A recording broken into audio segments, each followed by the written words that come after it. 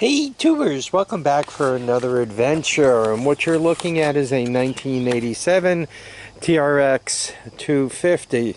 This is the one where I asked some input, and what I'd like to do is bring this thing back from the dead and go through the good, the bad, the ugly of doing exactly that, and just go through the various stages of what I do and so forth.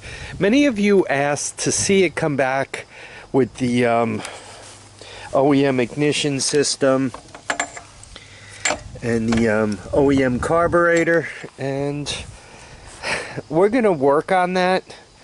It might be easier said than done. And why do I say that? This ignition system is complicated, and it's almost 35 years old. And that might seem trivial, but you could have one connection and it'll kill your spark. And just quickly, let me explain how this ignition system works. This ignition system works such that you have interlocks, whether the battery is good or not, right? These two different Cdi boxes communicate with each other and tell the thing to spark because you're in neutral and you're using the Kickstarter, right? There's the Kickstarter, and it's okay to spark, and your battery's dead. Or it also tells you, yeah, it's okay to spark, you're in neutral, and you're using the electric starter.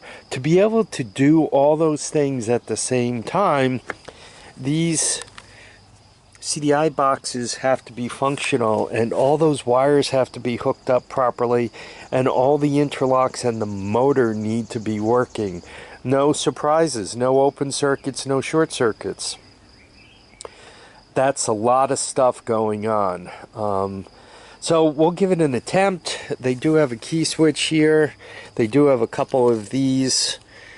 So we'll give it a shot.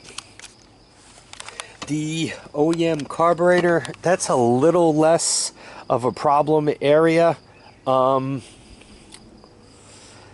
Right, we could probably get through that. But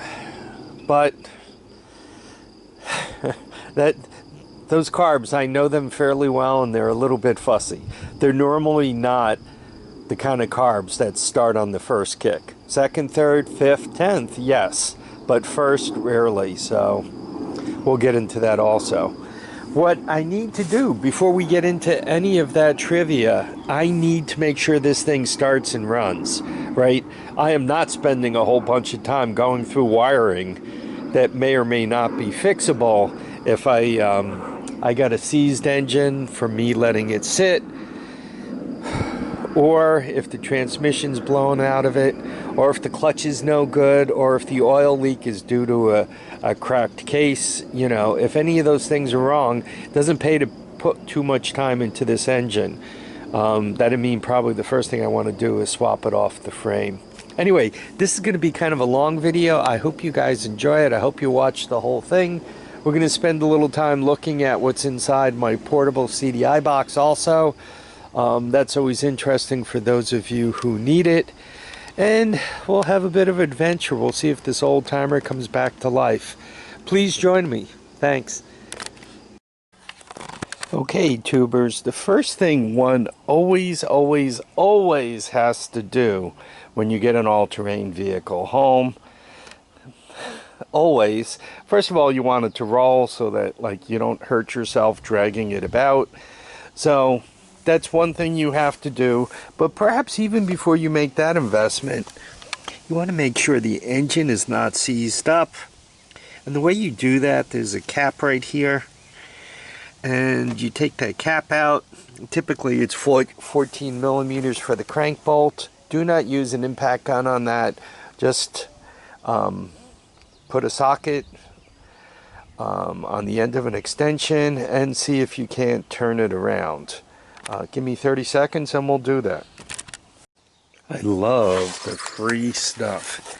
Every once in a while, people leave you gifts. Vice grip, just a little rusty, in nice shape, right? Not too much play here. I love free tools. One has to love 25-cent flea market tools. So you got to get this cap out of here. Obviously I broke it loose by using two hands to make sure this bit fit well in there. If this wears out, you can kind of take your angle grinder and just kind of make it a little deeper again. So we have that. This is 17, by the way. So you put that on there. Let's take the plug out. It was hand tight, so not all that hard to get it out of there. Now let's see if the engine's free. Yeah, it appears to be free. Let's turn it the way the starter actually turns it, which is counterclockwise, looking at the flywheel. Alright, round and round it goes. You want to go around twice to make sure you go through all 4 cycles of a 4-cycle engine. So I'm going to put this on. By the way, just looking at it, like, this engine's had had a tough life. So anyway, I'm going to put some WD-40, actually some light oil down there, just to kind of make sure everything's good before we attempt any kind of cold start. And remind me, guys, to check the oil. It's always interesting as you get close and start working on them, you notice little things like, it seems that putting bolts on this case was optional, right? I mean, besides the bathtub sealer. The other thing you realize is, you know, some of this looseness. This is a well-used and well-worn all-terrain vehicle. And a lot of you guys are like, bring it back on the OEM stuff. But considering the amount of wear and tear on it, I'm not saying rip out the OEM stuff. I mean, if it's gone, it's gone. It's just a lot of money to bring it back on the OEM stuff when it's in such a wreck. Anyhow, we'll keep plugging away. And what I have next is I gotta go fish up a Kickstarter from somewhere, and we'll smash that on and we'll see what it feels like to kick this thing over. So it looks like I found a volunteer. There we go. We'll pull that Kickstarter off, put it on, see what it feels like. So I put oil in the engine, and I guess there's not much of a surprise here. It's leaking, so I'm just trying to, I haven't kicked it over, started it, or any of that stuff yet. And I guess that I just want to figure out where it's coming from. Given this case, once again, got the bathtub sealer all around it, and they missed half the screws. I'm figuring that at some point I'm going to have to tilt this up, take that off, and put it back on correctly. But once again, we're trying to figure out if this thing runs at all, if it's worth fixing. So, I did put the Kickstarter on it, right? And quite honestly, it's got some heavy compression. Enough so that I started to look at it, and I don't think they've had the top apart. It doesn't look like it. Or if they did, somebody who actually knew what they were doing worked on it, right? These aren't chewed up, right? That all looks pretty good. So I'm, given the condition of the exhaust and all, I don't believe this thing has a whole load of miles on it. This is kind of interesting how they managed to dent up the exhaust pipe. But even considering that it's dented, it doesn't look too bad. There is some rust here, but some of that could be from sitting too. Anyway, what's next? Two things. First of all, once again, I mentioned to you guys that I just want to get it started to start with. So I'm going to hack a carburetor, and I'm going to hack an ignition system. If anybody's familiar with Drive Shaft Drew, really great guy, please go check out his videos. Really cool.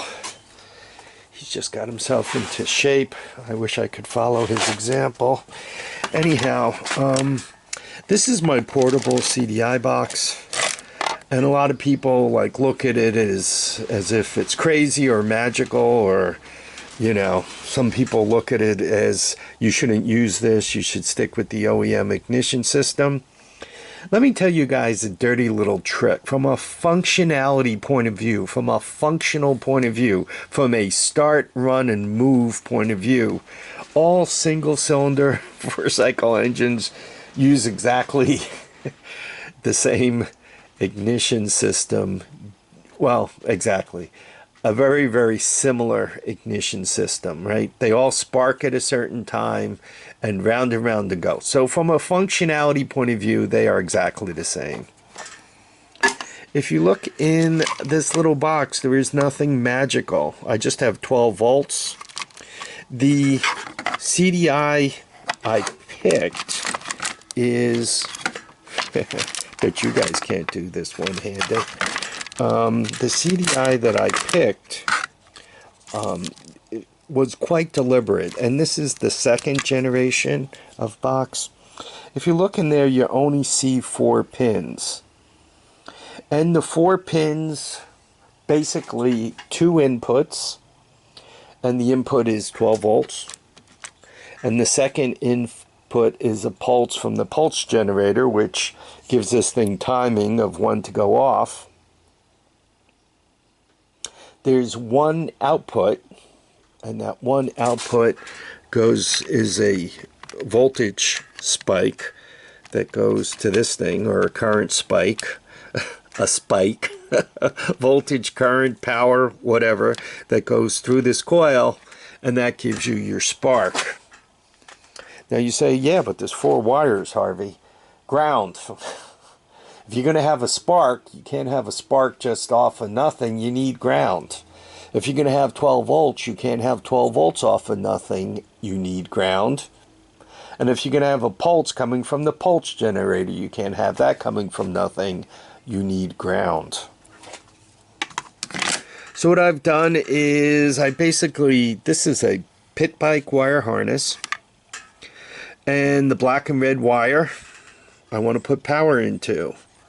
So here's power going into my cool little switch, and there's power coming out of the cool little switch, goes right into the plug, black and red. Green is ground. I had to run a green to the switch because there's this cool light in the end of it. See the way it lights up there? So I wanted that to happen, and once again, you put 12 volts in, but you're not getting a light unless you have ground. So the ground from the 12 volts just goes into the green part of the harness, and that also goes into the green part of the Cdi unit.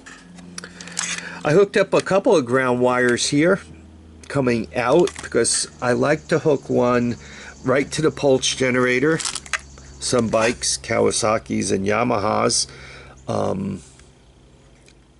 don't run 2 wires on the pulse generator. They don't hook the pulse generator directly to ground, as in ground on the all-terrain vehicle battery.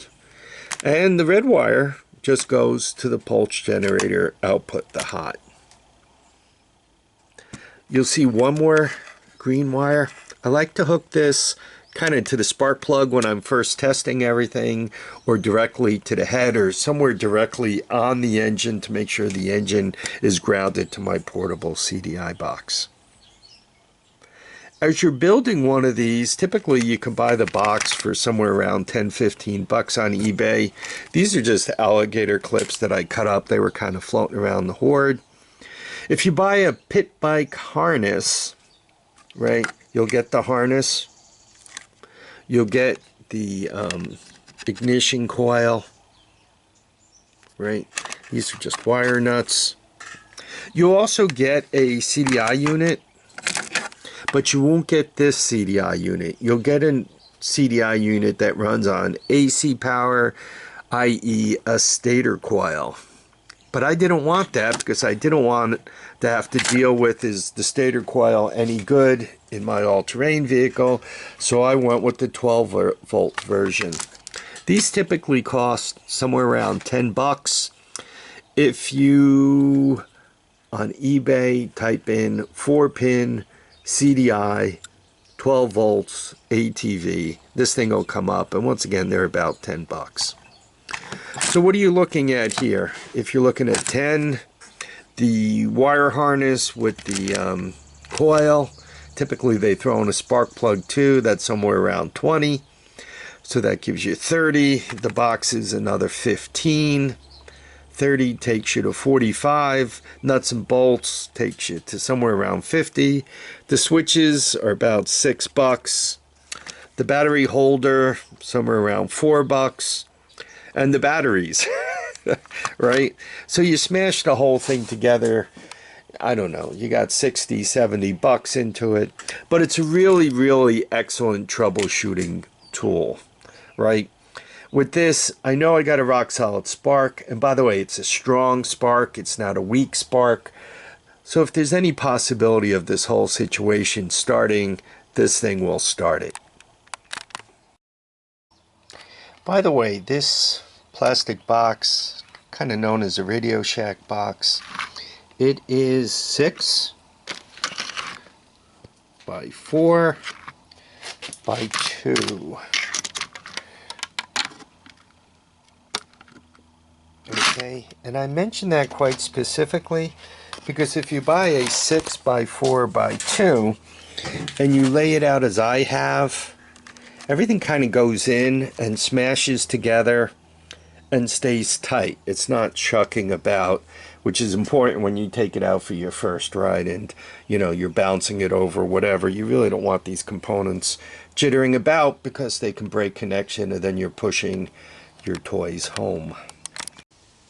Okay, portable CDI box. How do we hook it up, right? Spark plug wire obviously goes to the spark plug. I mentioned black is ground. I put one of them right here on the head. And now you look over here by the this wire goes behind the flywheel, and I know from looking at experience that the blue and yellow wire is the output from the pulse generator, and you see I have the red to it, and the green wire with the white stripe is the ground on the pulse generator. So once again I got a black wire going to it. So from a sparky point of view, this thing is all hooked up. I just need to turn it on and kick it over and I have spark. Unfortunately, we have yet one more thing to satisfy this engine. I need a carburetor. Back to it. These carburetors, fussy. This one's 30 something years old now, 33 years old, and we could get it to work, but all I have is a Kickstarter, and quite honestly, by the time I get that thing to fire up, I'm going to be broken. I'm going to have a tough time walking about. So to get around that, I love the PZ27 and the PZ30 carburetor. You could typically buy these. This is PZ27, and whoever made it was so proud they didn't even put their name on it. These are clones. Typically, you used to be able to pick them up for around 15 bucks. Typically, they're 20 to 25 now. Once again, this is a PZ27. Obviously, to plug it in, you got to make some kind of flange. This is my universal flange. You can see I made out a copper pipe, and basically it is the bigger side is 1 1/4 and the smaller side is 3/4. You can see I soldered copper to it in a really ugly and awkward way, and there we have it. Now when it comes to the thumb control, I prefer these kind of thumb controls. You'd find this on a Honda 200S or 110 or something like that. And the reason why I prefer these is this top comes off and you can bolt it right on to the handlebars without any issue. The China ones that look like this, you see the problem, you got to get the hand grip off and all to slide this onto the pipe, so to speak, right? It doesn't come apart here. So though these work and I like them and they're cheap, 10-15 bucks each, they don't go on easily, right? You gotta strip the covering off and slip it on.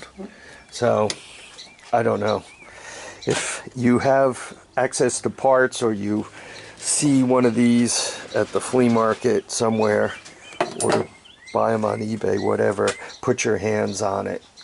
You could also see, even though we haven't necessarily popped for any real parts, you could see the bills adding up pretty quickly, right? 20 on the carburetor, what did I say, 70, 75 on this, call it $100 between the carburetor and an ignition system, right? We still need $100 worth of gears, right? Those starter gears. You know, one could work their way up to very, very big numbers putting one of these together. In my case, I have some parts from Big Reds and some other TRX250 machines, but you know, your $150 all-terrain vehicle could become a very big number very quickly. Anyhow, I'm going to smash this carburetor on. Let's see if we can't get it to start.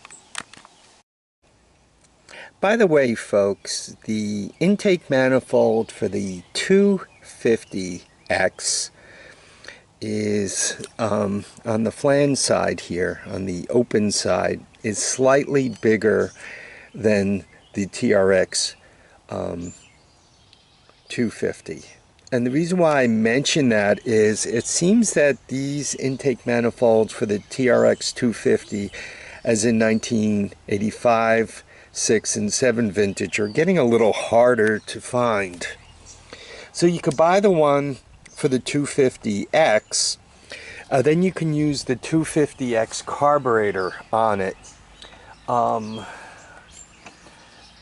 OEM 1, OEM space 1, O-N-E, they seem to do a pretty good job with the with their version of the 250X carburetor. Then you could actually upgrade your performance. You can get yourself a little bit more power out of your TRX 250. No X. So just that little tidbit. I just need to put some gas in this thing and we'll be ready to go. There's something to be proud of. So here we have it. It's ready to give a try, right? You guys could see I put some gas in the filter here, put the throttle on it. I make sure the throttle is opening and closing all the way, right? You don't want that big surprise of oh man, the throttle's half opened. I mean, you can jump down here and shut it off, but not a good way to start things out. By the way, this is going to be a cold start, right? I'm going to set up the camera. I'm going to give it a little starting fluid. Once again, these Kickstarters are definitely hard on my foot, so hopefully it starts easy. Okay, I'm going to start out with a little hoot of starting fluid because I don't want to be kicking this thing forever. The fuel I put in it is 40-1.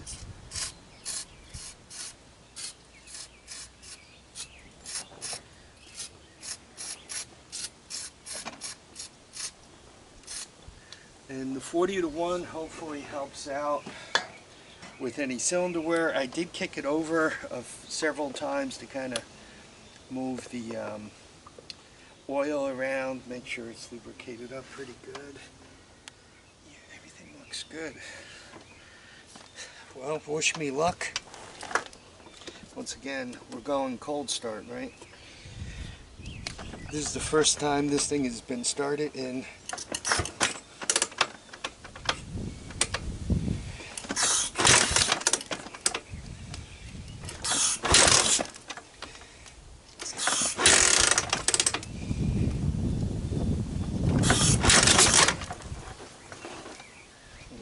back there. Give it half choke. The electric starter is much easier.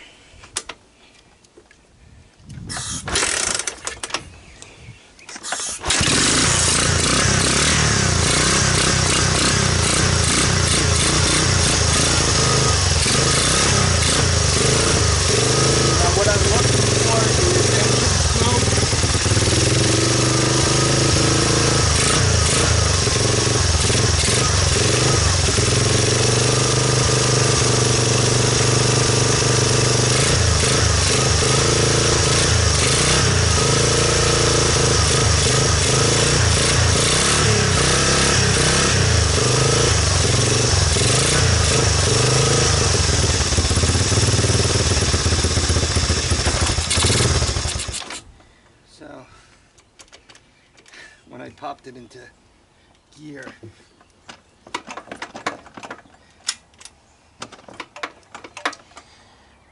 know what?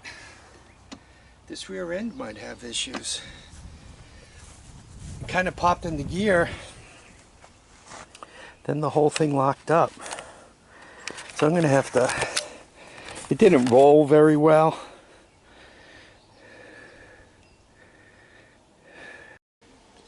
Well, as you can see, the good news is it runs. The bad news is it leaks oil, and quite honestly, from that milkshake oil, you can see there's water in it. What I need to do is you're going to pull the peg off and pull the cover off and make sure the bolts that hold the cover on, make sure the threads are cleaned up, and you know, put things together in it. There is a guy who has a video up of using JB Weld to fix the threads. He I guess he puts it around the threads on the bolt and smashes it in there, and I guess he puts some release on the bolt so that once you smash it in there and the JB Weld hardens up, you can spin the bolt out and spin it back in, and it's good. Seems to work for him. He did a bunch of torque testing.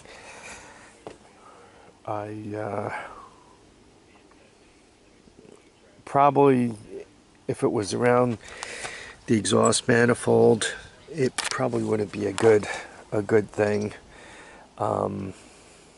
But, you know, cover bolts, you don't have to put them in that tight. By the way, I find, generally speaking, if you're replacing the cover gasket, if you oil it on both sides and then put the whole thing together, it'll come apart easier, and normally they don't leak. The oil on both sides seems to help them from leaking. I'm having a lot of trouble with bees, and I got to tell you, my relationship with hornets, wasps, bees, yellow jacks, whatever you want to call the stinging critters, I normally let them live and let live until I get stung. And once I get stung, I get real cranky. Then I hunt down all their nests and spray them. So, you know, our little friend here, he's doing what he's doing. But if he stings me, not only is he going to pass on, but I'm going to take some of his relatives out, as many as I can find. There appears to be a lot of activity right here, so I really shouldn't have all this junk parked here. The bees are enjoying it too much. Anyway, this video is getting very, very long. I hope you guys enjoyed it. I hope the additional information has been helpful. And I hope you understand some of what I'm saying about the carburetor type stuff. I've been thinking about it. I think what I'm going to do is upgrade the carburation system to this thing.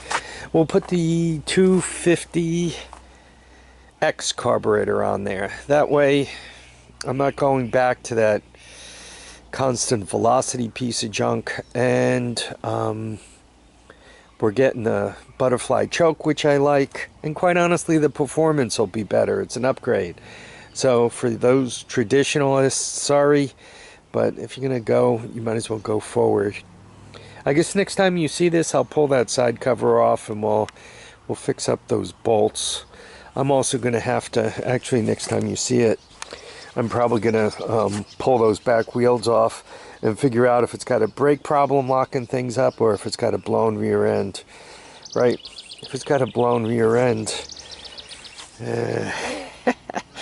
for 150 bucks, I'm really, you know, buying mostly a set of tires, right? Because even that motor needs some love and attention. Anyway, I hope you guys enjoyed this. This is the way you get all-terrain vehicles. When you spend 150 bucks, this is what you get. You know, you want a nice one, you spend nice money. You want to fix them up, you spend small money, then you spend large money fixing them up. Anyway, I want to thank you all for dropping by to watch, comment, and subscribe. Please remember, feet down, heads up, and get out and enjoy each and every day. Bye now.